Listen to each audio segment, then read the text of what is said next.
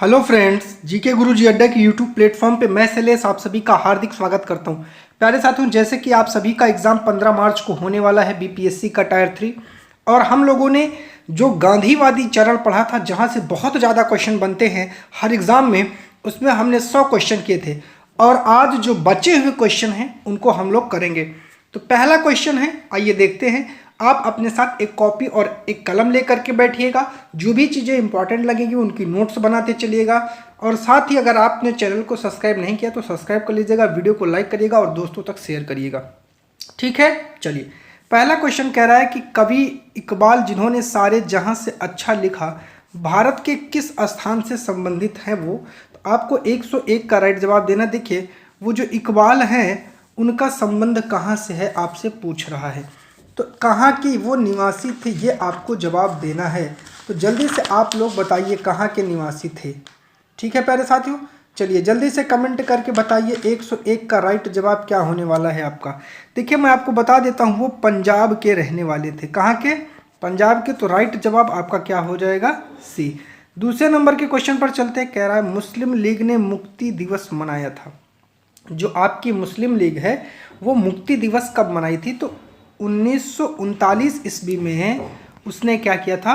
मुक्ति दिवस को मनाया था। चलिए, 1937 के चुनाव में कांग्रेस द्वारा बहुमत प्राप्त प्रांतों की संख्या कितनी थी? जितने में कांग्रेस को पूर्ण बहुमत मिला था तो वो थे 6। याद रखिएगा, 6 प्रांतों में कांग्रेस को पूर्ण बहुमत मिला था। ठीक है, चलिए। 104 नंबर का क्वेश्चन कह रहा है कि भारतीय मुसलमानों के पृथक राज्य के लिए पाकिस्तान शब्द का प्रयोग सबसे पहले किसने किया था? किस व्यक्ति ने सबसे पहले इस शब्द का प्रयोग किया था? तो चौधरी रहमत अली। याद रखिएगा, पाकिस्तान रहमत, पाकिस्तान पर क्या है? रहमत है, बस ऐसे याद रखिएगा। रहमत अली ने इस शब्द का प्रयोग किया था। 105 नंबर कह रहा है भारतीय राष्ट्रीय कांग्रेस का वर्ष 1929 में लाहौर अधिवेशन में जिसमें अंग्रेजों से पूर्ण स्वतंत्रता पाने का संकल्प अंगीकृत किया गया था, किसकी अध्यक्षता में यह हुआ था? तो 105 का राइट जवाब देना है। ये जवाहरलाल नेहरू, JLN, जवाहरलाल नेहरू की जो है अध्यक्षता में ये हुआ था। याद रखिएगा। 1946 में बनी अंतरिम सरकार में राजेंद्र प्रसाद के पास कौन सा विभाग था? 106 का आपको राइट जवाब देना है। वो देखिए, खाद्य एवं कृषि विभाग उनके पास था। याद रखिएगा प्यारे साथियों। 107 नंबर के क्वेश्चन पर चलते हैं। कह रहा है कि वर्ष 1939 में कांग्रेस को छोड़ने के बाद सुभाष चंद्र बोस ने किस दल की स्थापना की थी? बढ़िया क्वेश्चन है, कई बार पूछा गया है ये। तो ये देखिए, फॉरवर्ड ब्लॉक की स्थापना किया था। याद रखिएगा, ठीक है। सुभाष चंद्र बोस ने किसकी स्थापना किया था?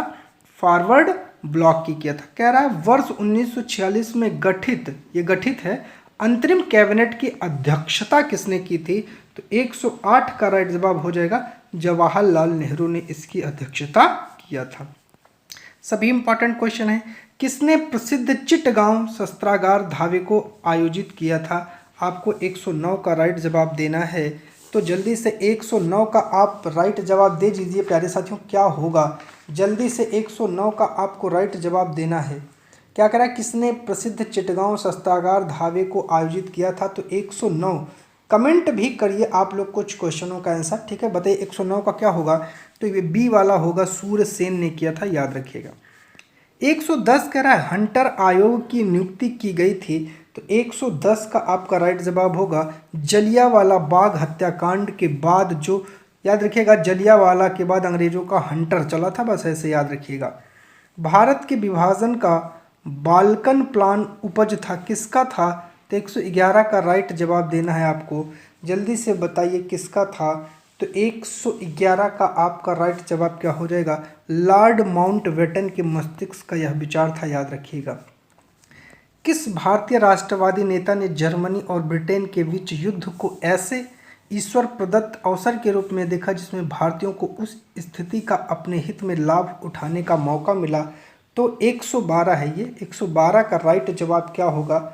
आप लोग बताइए।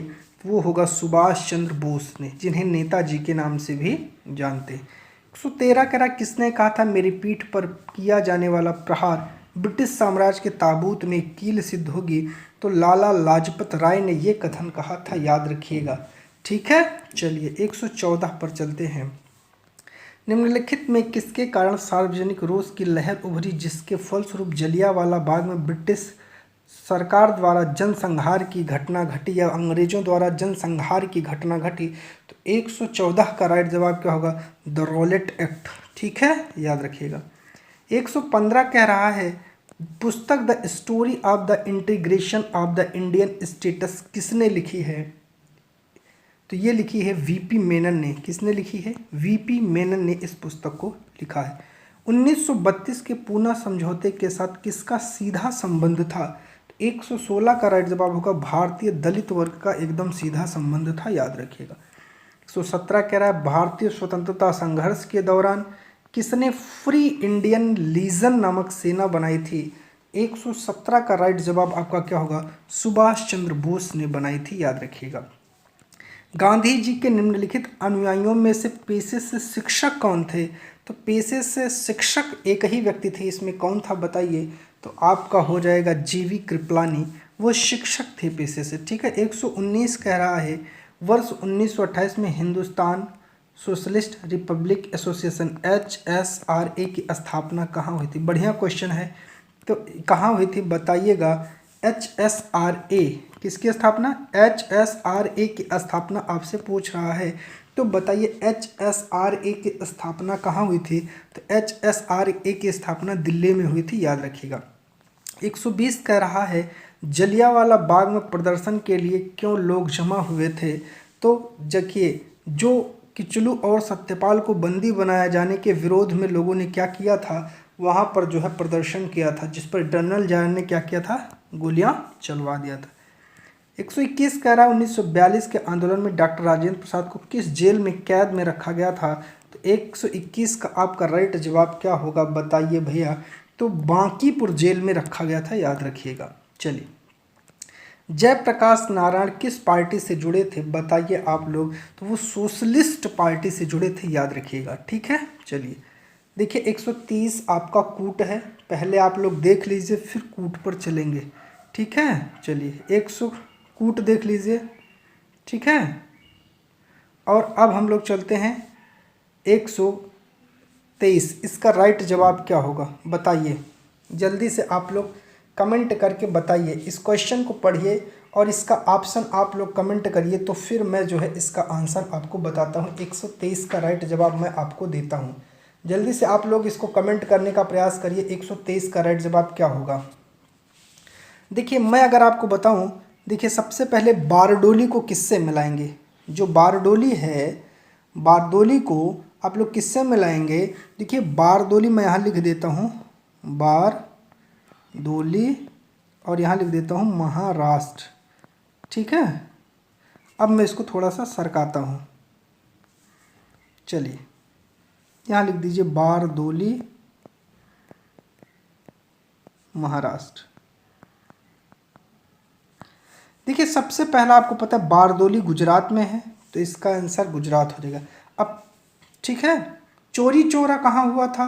तो चोरी चोरा आपका उत्तर प्रदेश में हुआ था, तो 2 और 4 मिल गया, तो आगे आपका ही बी वाला राइट जवाब हो जाएगा। आगे आपको हेरना ही नहीं है। ठीक है, चलिए भारत छोड़ो आंदोलन कब प्रारंभ हुआ था? जी हाँ, 124 का आपको राइट जवाब देना है प्यारे साथियों। तो बताइए 9 अगस्त 1942 को। ठीक है, चलिए 125 पर चलते हैं। कह रहा है कि वर्ष 1946 में आज़ाद हिंद फौज के लाल किले में दिल्ली के मुकदमे की पैरवी किसने नहीं की थी? तो वो थे भूला भाई देसाई, इन्होंने नहीं किया था, याद रखिएगा। 125 का आपका सॉरी नहीं की थी, तो इन्होंने किया था, ये गलत हो जाएगा, सरदार वल्लभ भाई पटेल। ठीक है, चलिए 125 पर चलते हैं। कह रहा है वर्ष 1946 में आज़ाद हिंद फौज के लाल किले में दिल्ली के मुकदमे की पैरवी किसने नहीं की थी? तो सरदार वल्लभ भाई पटेल ने नहीं किया था, याद रखिएगा। 126 पर चलते हैं। कह रहा है कि यह व्यक्ति जिसने 4 अप्रैल 1919 को दिल्ली की जामा मस्जिद के प्रवचन मंच से हिंदू मुस्लिम एकता पर भाषण दिया था, वो कौन था? तो 126 का राइट जवाब देना है, स्वामी श्रद्धानंद थे, याद रखिएगा। 127 पर चलते हैं। कह रहा है कि ब्रिटिश सरकार ने महात्मा गांधी को जो उपाधि दी थी जिसे उन्होंने असहयोग आंदोलन में वापस कर दिया था, वह कौन सी उपाधि थी? तो कैसरे हिंद की उपाधि थी। ये किसको मिली थी? तो ये उपाधि गांधी जी को मिली थी, याद रखिएगा। 128 कह रहा निम्नलिखित में से किस पार्टी ने भारत छोड़ो आंदोलन का समर्थन नहीं किया था? तो 128 का राइट जवाब होगा हिंदू महासभा ने भी, कम्युनिस्ट पार्टी ऑफ इंडिया ने भी, यूनियनिस्ट पार्टी ऑफ पंजाब ने भी। तो डी हो जाएगा, इनमें से सभी ने इसका समर्थन नहीं किया था। 129 पर चलते हैं। देखिए 129 कूट है, तो आप लोग पहले इसको पढ़िए, फिर हम लोग 129 के कूट पर चलते हैं। जल्दी से एक बार देख लीजिए, ठीक है। अब इसका राइट आंसर क्या होगा देख लीजिए, ठीक है, जल्दी से।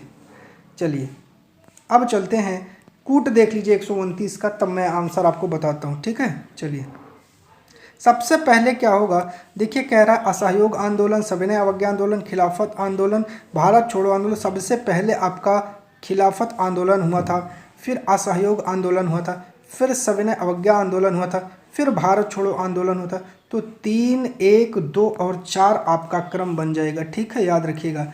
तो 3, 1, 2 और 4 किस ऑप्शन में है? तो सी वाले में है, सी आपका राइट जवाब हो जाएगा, याद रखिएगा। कह रहा है 130 का राइट जवाब देना है। एक कथन है और एक कारण है, तो 130 का आपको जल्दी से राइट जवाब देना है। क्या होगा? कह रहा है कि 1928 में लाहौर में लाला लाजपत राय के नेतृत्व में साइमन कमीशन का विरोध आयोजित किया गया था। बिल्कुल सही है। साइमन कमीशन में एक भी भारतीय सदस्य नहीं था, ये भी सही है। ए और आर दोनों से, और आर ए का सही स्पष्टीकरण भी है, इसमें कोई डाउट नहीं है, याद रखिएगा।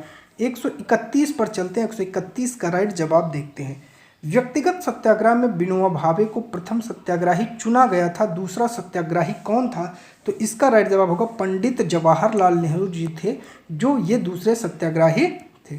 132 कह रहा निम्न आंदोलनों में से किस एक के साथ अरुणा आसिफ अली का संबंध भूमिगत कार्यकलापों के महिला संगठनकर्ता के रूप में था?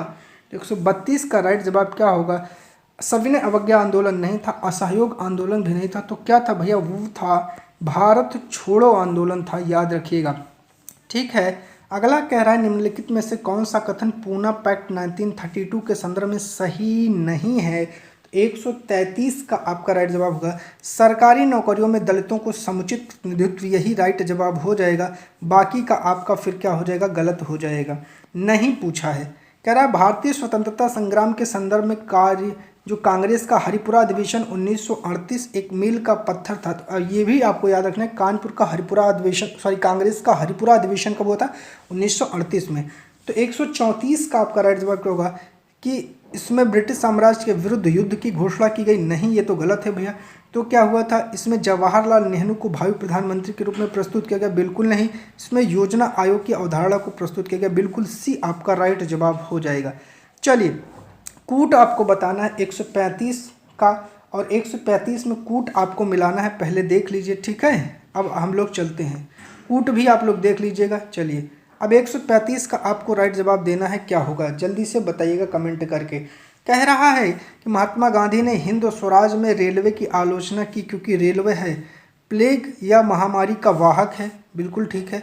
बार बार पड़ने वाले दुर्भिक्षों का साधन है, ठीक है। और समाज में वर्ग भेद बढ़ाने के लिए उत्तरदायी है, ठीक है। दुर्घटनाओं का वाहक है, इसका कोई संबंध नहीं। तो 1, 2 और 3 आपके राइट जवाब हैं। तो आइए देखते हैं ऑप्शन में क्या है। 1, 2 और 3 आपके राइट जवाब, ये पहला वाला ही आपका राइट जवाब हो जाएगा। चलिए 136 कह रहा है, एक कथन दिया गया है, कथन को पढ़ना है और राइट जवाब देना है।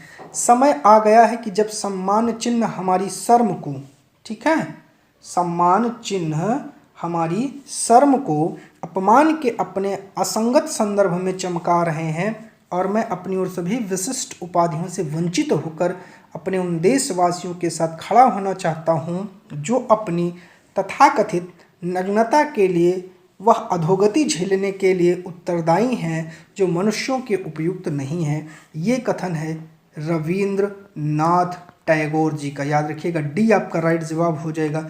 ये रविंद्रनाथ टैगोर जी का कथन है। रॉलेट एक्ट पारित किया गया था, 137 का आपको राइट जवाब देना है, ठीक है। तो राष्ट्रवादी और क्रांतिकारी क्रियाकलापों में कमी लाने के लिए जो है इसको पारित किया गया था, याद रखिएगा। 138 कह रहा है सरदार वल्लभ भाई पटेल के नेतृत्व में शुरू हुए बारदोली सत्याग्रह की मुख्य मांग कौन सी थी? 138 का राइट जवाब होगा नई बढ़ी हुई लगान दर की वापसी, यही मुख्य मांग थी। 139 कह रहा है असहयोग आंदोलन के विषय में कथन पर विचार करना है, राइट जवाब देना है। तो कूट वाला है क्या? हाँ कूट है, तो कूट में आपको राइट जवाब देना है, ठीक है। चलिए कौन सा क्वेश्चन है? 139 है, तो कूट पर चलते हैं, पहले पढ़ते हैं। कह रहा है कि असहयोग आंदोलन के कथनों पर विचार करना। यह आंदोलन इससे पहले हुए सभी अन्य राजनीतिक आंदोलनों की अपेक्षा काफ़ी बड़ी प्रबलता का था, बिल्कुल सही है। यह आंदोलन हिंदू मुस्लिम एकता को प्रोत्साहित करने में सहायक हुआ, बिल्कुल सही है, कोई दिक्कत नहीं है। अगला कह रहा है यह आंदोलन राष्ट्रवाद, मध्यम वर्ग, राजनीति, धर्म, सामंत, कृषक, आम और श्रमिक आंदोलनों का मिश्रण था। नहीं, ये नहीं था, क्योंकि मध्यम वर्ग तो बिल्कुल खिलाफ था। तो बी राइट जवाब होगा, केवल 1 और 2 आपका राइट जवाब हो जाएगा। 140 भी आपका कूट है, पहले प्रश्न को पढ़िए, फिर कूट को पढ़िए, फिर जवाब दीजिएगा, ठीक है, जल्दी से देख लीजिएगा। चलिए अब आगे चलते हैं। कह रहा है कि महात्मा गांधी के सत्याग्रह के दर्शन के विषय में कौन सा कथन सही है? सत्य और अहिंसा इसके 2 महत्वपूर्ण संगठक हैं, बिल्कुल यह संगठक हैं। सत्याग्रही बुराई का प्रतिरोध करेंगे, परंतु बुरा करने वालों से घृणा नहीं करेंगे, ठीक है। सत्याग्रही यदि आवश्यक हो तो स्वयं को बुरा करने वाले को भी जो है क्या कह रहे हैं कि तीसरा आपका कह रहा है कि जो है सत्याग्रही, फिर से समझिएगा, तीसरा वाला क्या कह रहा है कि सत्याग्रही यदि आवश्यक हो तो स्वयं को बुरा करने वाले को भी जो है, ये होगा शब्द पीड़ा पहुंचाएगा। ये थोड़ा सा मिस्टेक है, यहाँ पीड़ा लिख लीजिएगा, टाइपिंग मिस हो गई है, पीड़ा पहुंचाएगा। दूसरा वाला फिर से देख ले, सत्याग्रही बुराई का प्रतिरोध करेंगे, परंतु बुरा करने वालों से जो है घृणा नहीं करेंगे, घृणा नहीं करेंगे बनेगा, ठीक है। चलिए तो राइट जवाब इसमें आपका तीसरा वाला गलत हो जाएगा, 1 और 2 आपका सही है। तो 140 का आपका राइट जवाब क्या हो जाएगा? डी वाला हो जाएगा, केवल 1 और 2 इसमें सही है, याद रखिएगा प्यारे साथियों। 141 पर चलते हैं। कह रहा है कि भारत के लिए डोमिनियन स्टेटस, ठीक है, कॉन्स्टिट्यूशन के प्रारूपण का प्रथम प्रयास किसकी प्रतिक्रिया किया गया था? 141 का आपको राइट जवाब देना है, क्या होगा? तो मॉन्टेग्यू चेम्सफोर्ड के आधार पर किया गया था, याद रखिएगा। निम्न में से कौन सा गोलमेज सम्मेलन 1932 में हुआ था? तो 142 का आपको राइट जवाब देना है, तो वो हो जाएगा तीसरा, याद रखिएगा। चलिए अब चलते हैं अगले क्वेश्चन पर। 143 कह रहा है कि गांधी ने दांडी समुद्र तट पर नमक का उल्लंघन किया था, कब किया था? तो 143 का आपको राइट जवाब देना है, वह कौन सा समय था? तो वो था 6 अप्रैल 1930 को गांधी जी ने यह जो है किया था। कह रहा है इंडिया डिवाइडेड पुस्तक के लेखक कौन हैं? तो वो आपके हैं डॉक्टर राजेंद्र प्रसाद हैं, याद रखिएगा प्यारे साथियों। 145 पर चलते हैं। कह रहा है निम्नलिखित में से किसने सभी तीनों गोलमेज सम्मेलनों में भाग लिया था? तो वो आपके थे डॉक्टर भीमराव अंबेडकर ने तीनों गोलमेज सम्मेलन में हिस्सा लिया था। 146 कह रहा मैं एक समाजवादी गणतंत्रवादी हूँ और मुझे राजाओं और राजकुमारों में विश्वास नहीं है, या किसका वक्तव्य है? 146 का राइट जवाब हो जाएगा जवाहरलाल नेहरू का ये वक्तव्य है, याद रखिएगा। 147 कह रहा है गांधी दक्षिण अफ्रीका में कितने वर्ष रहे थे? तो 147 का आपको राइट जवाब देना है 21 वर्ष गांधी जी दक्षिण अफ्रीका में रहे थे, याद रखिएगा। कह रहा है कि भारतीय राष्ट्रीय कांग्रेस के 1924 के अधिवेशन में महात्मा, ठीक है,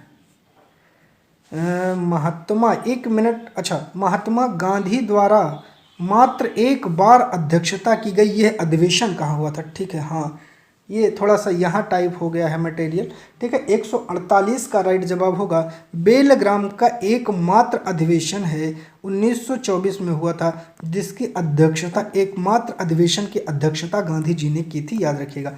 149 पर चलते हैं।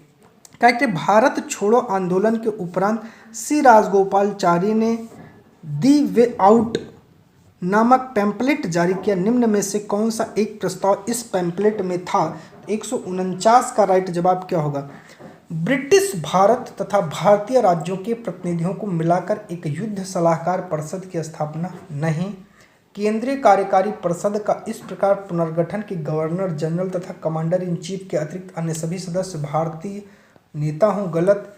कह रहा है केंद्रीय तथा प्रांतीय विधानमंडलों के 1945 के अंत में नए चुनाव कराए जाएं तथा संविधान का निर्माण करने वाले निकाय को यथासंभव शीघ्र आयोजित किया जाए, बिल्कुल गलत है। तो क्या कहा था, डी देखते हैं। कह रहा है संवैधानिक गतिरोध का हल, बिल्कुल जी हाँ, यही राइट जवाब हो जाएगा। 150 कह रहा है क्रिप्स मिशन के साथ कांग्रेस की आधिकारिक वार्ता ये है, क्या थी? तो 150 का राइट जवाब होगा महात्मा गांधी एवं सरदार पटेल, नहीं। आचार्य जेबी कृपलानी, सी राजगोपालचारी, नहीं। पंडित जवाहरलाल नेहरू और मौलाना अबुल कलाम आज़ाद, सी आपका राइट जवाब हो जाएगा। 151 कह रहा है भारतीय स्वतंत्रता आंदोलन के संदर्भ में ऊषा मेहता की क्या ख्याति थी? तो ऊषा मेहता की जो ख्याति थी वो क्या थी, इसका जवाब देना है भारत छोड़ो आंदोलन की वेला में गुप्त कांग्रेस रेडियो चलानी है, तो बिल्कुल ठीक है, ये आपका राइट जवाब हो जाएगा। 152 कह रहा है कि वे राष्ट्रीय नेता कौन थे जो 1925 में सेंट्रल लेजिस्लेटिव असेंबली के अध्यक्ष निर्वाचित हुए थे? तो 152 का मोतीलाल नेहरू भी नहीं है, CR दास भी नहीं है। आगे ऑप्शन देखते हैं, वो थे आपके वल्लभ भाई पटेल, नहीं, विट्ठल भाई पटेल थे, याद रखिएगा, कन्फ्यूज़न होता है। देखिए अब 153 आपको पढ़ना है, फिर सूची मिलाना है, तो जल्दी से पहले क्वेश्चन को पढ़िए, फिर आप लोग जो है सूची को मिलाइए। चलिए एक बार आप लोगों ने देख लिया, चलिए अब इसको आपको मिलाना है। तो 153 का आपको राइट जवाब देना है, जल्दी से क्या होगा, ठीक है। चलिए पहले का क्या होगा, डॉक्टर MA अंसारी। तो MA अंसारी को किससे मिलाएंगे आप लोग, ये मद्रास से संबंधित थे, ठीक है, 3 हो गया। पुरुषोत्तम दास टंडन कहाँ से थे, ये नासिक थे, उसके बाद 4 हो गया। सरोजनी नायडू कहाँ से थी, कानपुर से थी, तो 2 हो गया। सुभाष चंद्र बोस हरिपुरा 1। 34 21 3 4 2 1 ऑप्शन देखते हैं कहाँ है, 3 4 2 1 सी वाले में है, तो सी आपका राइट जवाब हो जाएगा, याद रखिएगा। अगला क्वेश्चन है 154, ये भी कूट है। तो पहले आप लोग इसको देखिए, फिर आप लोग कूट पर चलते हैं। पहले इसको देख लीजिए, फिर मैं आपको कूट दिखाता हूँ। 154 का आपको राइट जवाब देना है, क्या होगा। चलिए कह रहा है निम्नलिखित में किन आंदोलनों ने महिलाओं को घर की चहारदीवारी से बाहर निकाला, कौन से आंदोलन थे? तो वो आपके जिन्होंने महिलाओं को घर की चहारदीवारी से बाहर निकाल दिया, तो वो थे स्वदेशी आंदोलन, नहीं, होम रूल आंदोलन, नहीं, असहयोग आंदोलन और सविनय अवज्ञा आंदोलन। 3 और 4, तीसरा और चौथा, तो सी राइट जवाब होगा, इन्होंने ही महिलाओं को घर से बाहर निकाला था। 1939 में कांग्रेस मंत्रिमंडल ने 7 प्रांतों में त्यागपत्र दे दिया था, क्यों दे दिया था? 155 का आपको राइट जवाब देना है, जल्दी से दीजिए, किस कारण दिया था? कांग्रेस अन्य 4 प्रांतों में मंत्रिमंडल नहीं बना पाई थी, भैया ये कोई वजह नहीं है, तो क्या वजह है? कह रहा है कांग्रेस में वाम पक्ष के उदय से मंत्रिमंडल का कार्य कर सकना संभव हो गया था, ये भी गलत है। उनके प्रांतों में अत्यधिक सांप्रदायिक अशांति थी, ये भी गलत है। उपर्युक्त कथन ABC में से कोई भी सत्य नहीं है। अब मैं आपको बताता हूँ फिर सत्य क्या है, कि जो 1939 में कांग्रेस मंत्रिमंडल ने 7 प्रांतों से त्यागपत्र देने के पीछे क्या कारण था। तो इसके पीछे की सबसे बड़ी वजह मैं आपको बताता हूँ। उस समय का जो वायसराय था उसका नाम नोट कर लीजिएगा। वायसराय जो था उसका नाम था लिनलिथगो। इसने क्या किया, बिना भारतीय नेताओं और बिना भारतीय लोगों की सहमति के द्वितीय युद्ध में जो है भारतीयों को घसीट लिया, जिसका विरोध करते हुए कांग्रेस के सभी मंत्रालय ने अक्टूबर और नवंबर में, याद रखिएगा, अक्टूबर और नवंबर में अपना इस्तीफा दे दिया था, याद रखिएगा, ठीक है। चलिए 156 भी आपका कूट है, तो देख लीजिए, पहले 156 का प्रश्न देखिए, फिर मैं कूट पर चलता हूँ। चलिए कह रहा है कि निम्न में से किन दलों की स्थापना डॉक्टर भीमराव अंबेडकर ने की थी? तो किसकी की थी भैया, आप लोग जल्दी से 156 का राइट जवाब दीजिए। Peasants and workers poverty of India, नहीं, ये नहीं किया था। All India scheduled caste federation की किया था। इंडिपेंडेंट लेबर पार्टी का किया था। तो दूसरा और तीसरा आपका राइट जवाब हो जाएगा, याद रखिएगा।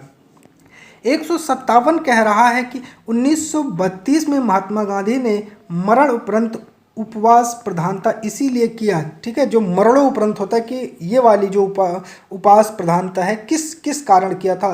157 का आपका राइट जवाब देना है गोलमेज सम्मेलन भारतीय राजनीतिक आकांक्षाओं को संतुष्ट करने में असफल नहीं, कांग्रेस और मुस्लिम लीग में मत भिन्नता थी नहीं, रैमजे मैकडोनाल्ड ने सांप्रदायिक या कम्युनल अवार्ड की घोषणा की थी इसीलिए किया था, याद रखिएगा। ठीक है, चलिए 158 का रॉलेट एक्ट का लक्ष्य क्या था, तो 158 का राइट जवाब होगा बिना मुकदमा चलाए बंदी बनाना और मुकदमों की सुनवाई संक्षिप्त प्रक्रिया द्वारा बिना अपील बिना दलील, इसे काला कानून भी कहा जाता है, याद रखिएगा। काला कानून की संज्ञा दी गई थी। ठीक है, सिडनी रॉलेट की अध्यक्षता में इसका गठन हुआ था, याद रखिएगा।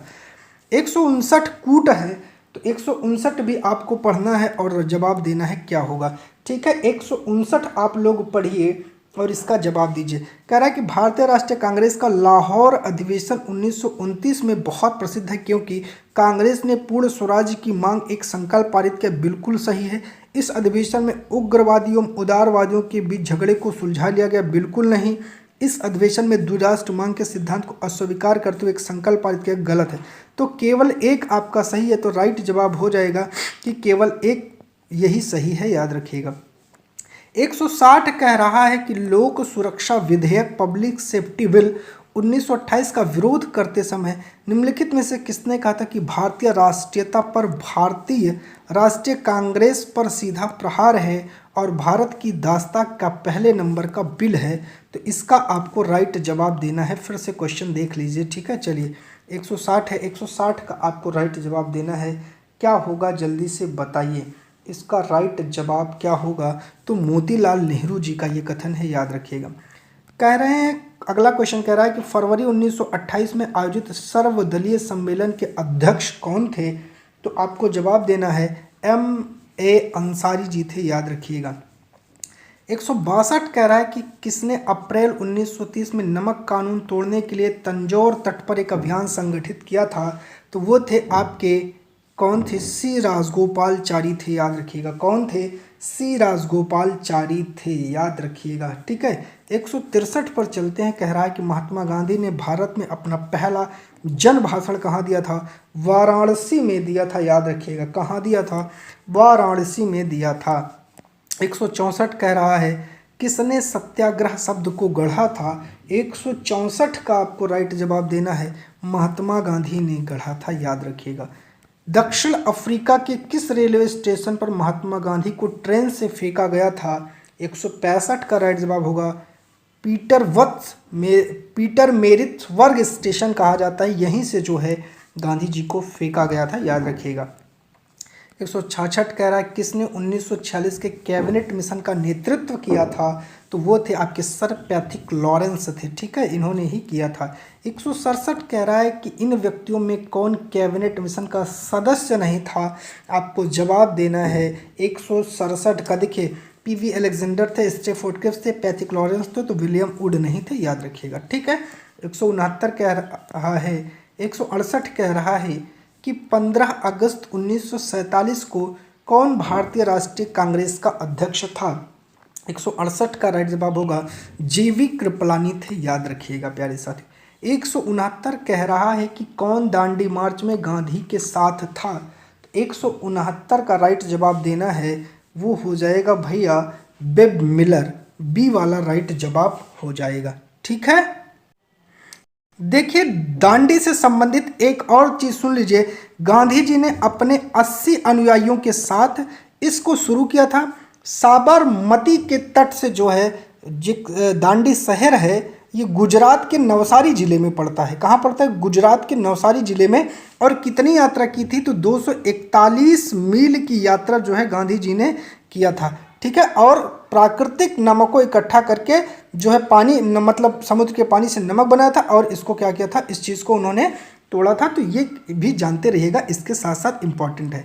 170 कह रहा है कि मुस्लिम लीग ने निम्नलिखित में से किस अधिवेशन में M.A. जिन्ना ने अपना 14 सूत्रीय मांग जो है रखा था या प्रस्तुत किया था। तो 170 का राइट जवाब होगा 1929 में। ठीक है ना, याद रखिएगा। 171 क्या कह रहा है, आइए देखते हैं।